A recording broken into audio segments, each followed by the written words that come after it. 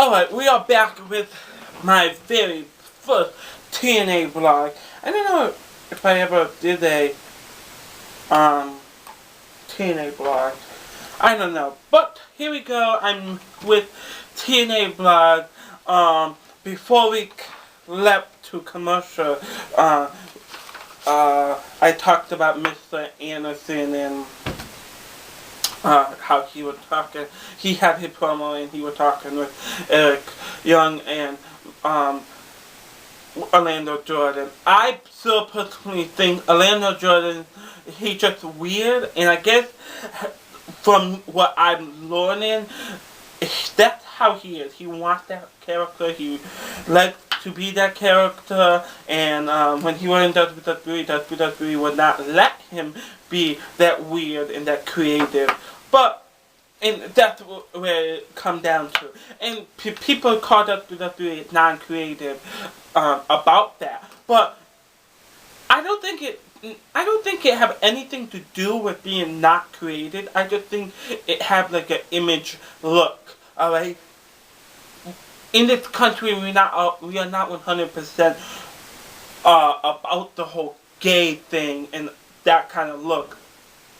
So I think it's more of an image. But in TNA, I guess what he's doing, he have a really good storyline. I mean, with the people he connects with, I don't think, especially how he was connecting with Eric Young, that was horrible, I think.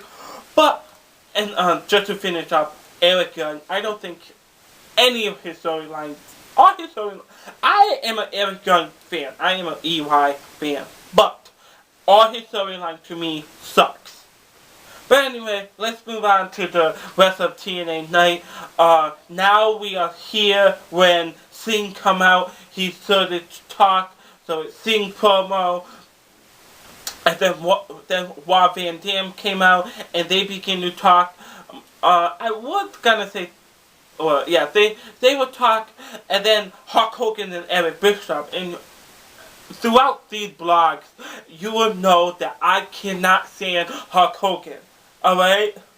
By becoming partners with Dixie Carter and working with TNA and talking all that shit about WWE, I think that backstabbed Vince McMahon in WWE. Now, yes. Now, this is why I think he backstabbed WWE. If it wasn't for WWE, I think Hulk Hogan would not be as huge as what we know Hulk Hogan now. He will still be a big star, but he would definitely not be as big as a star as of now. Alright? So I think he deserves to respect WWE and Vince McMahon for making him such a huge star. Now, I'm also with Vince McMahon and WWE have to respect Hulk Hogan, but WWE did not say one thing about TNA with their whole rivalry. They did not say anything.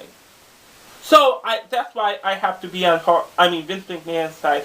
Not because he's my idol, not because I like WWE, because WWE did not say anything about TNA. TNA shit talk WWE. But anyway, Hulk Hogan coming out saying, why wait for lockdown? Let's do it right now, tonight, in an Impact main event. Which I thought that was really good. Alright, I really, really like TNA. It's just Hulk Hogan and Eric Bischoff for me, not all of you, maybe, but for me, Hulk Hogan and Eric Bischoff, them two, like, the way I watched it, them two, I'm blaming them all. Because before Hulk Hogan and Eric Bischoff, I loved it. And this is an example I use. In 2009, I went to a TNA show. And I'm totally getting off top. But this is my first blog. What the hell? But anyway, so in 2009, I went to a TNA show. And I'm like, wow. WWE, you have something to worry about.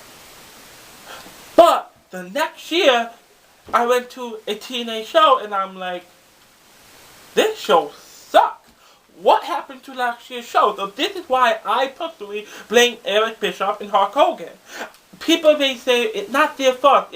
Vince Russo and people like that thought I don't see that because before Hulk Hogan and before Eric Bischoff, I like TNA. I love TNA. I love WWE, but I love TNA also. I like them both.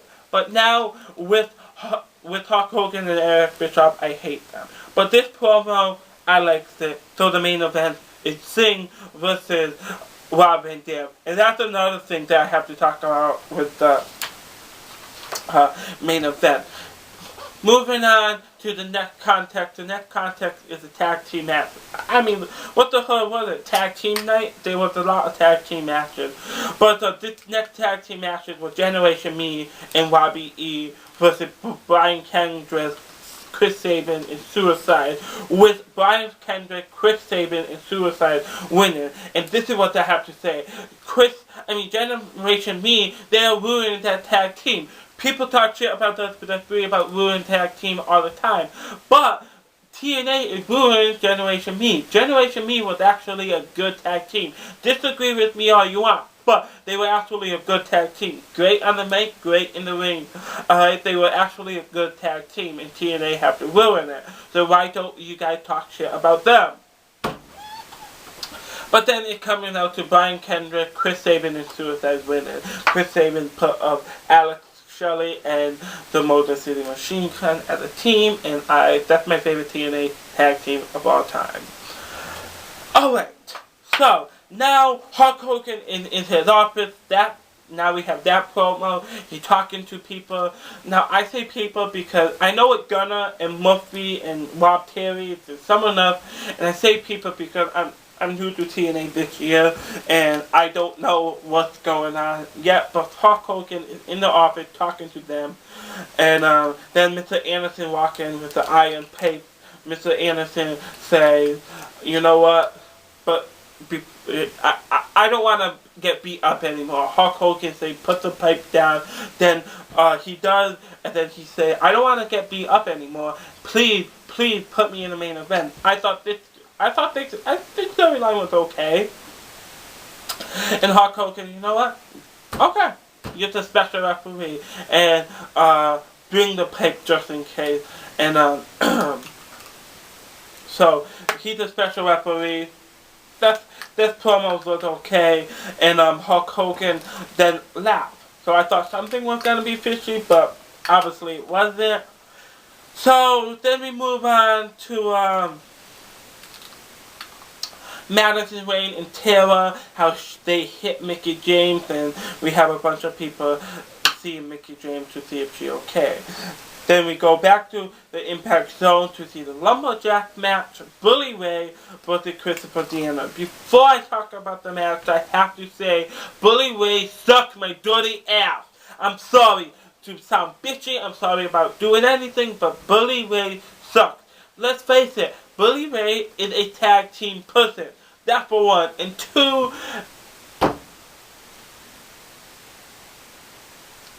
he's just a tag team person. He's not a single competitor, just like Diva not. They are Team 3D. Bubba Dudley, whatever the name is, they are a tag team, not single competitioner. Okay, so off the bat, I hate Bully Ray, and I have to go for Christopher Deanna. He's one of my favorite TNA original. Obviously, it's a Lumberjack match with Fortune and Immortal. And one more thing, Matt Hardy, get a life. You suck in TNA.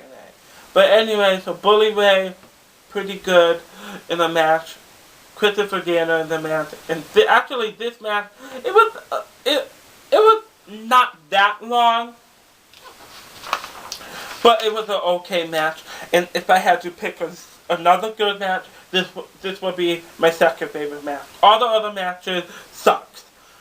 Then after the match, we went to last week's preview, or first commercial, then we went to last week's preview, and then when we came back, it was Jeff Jarrett comes out, and they were putting the cage up, and it's Jeff Jarrett, he was telling Kurt Angle something, and then after that, he calls out his wife, Karen Jarrett, which, you know what, people talk so much shit about how Michael Cole talked about Jerry Lawler's parents, how they passed away. But Jeff Hardy and TNA brought Kurt Angle and Karen Jarrett kids involved, talking about how bad of a father Kurt Angle is. That is just sad down low. Now, some people talked about it. Don't get me wrong, but not as much as people who talked about how Michael Cole. And yes, Jerry Lawler's parents died. Alright, these kids are not dead, but it's sort of the same. Something that should not be involved. Alright? So I'm not a huge fan of that storyline. But I have to take another break. When we come back, we are going to let's finish up Jeff Jarrett. Alright? So Jeff Jarrett calls his wife down, and he said, well, the Queen is going to have a Queen entrance and everything perfect, the music perfect. He told the music people to hit it on, the entrance, the lights, and it's supposed to be perfect for the Queen. And then the music kicked on, but it could anger, and I thought the ending of this promo was good, not the beginning. Kurt Angle pop up in the cage and started to attack Jeff Jarrett, and then Kurt Angle told the people to close the cage. They didn't fight because Jeff Jarrett climbed out of the cage. Kurt Angle following him, but Jeff Jarrett got out first. And Karen Angle went down, and Jeff Jarrett and Karen Angle went back up.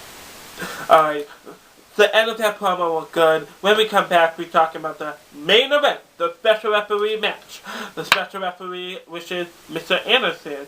And my final thoughts on TNA, the first one I watched was 2009.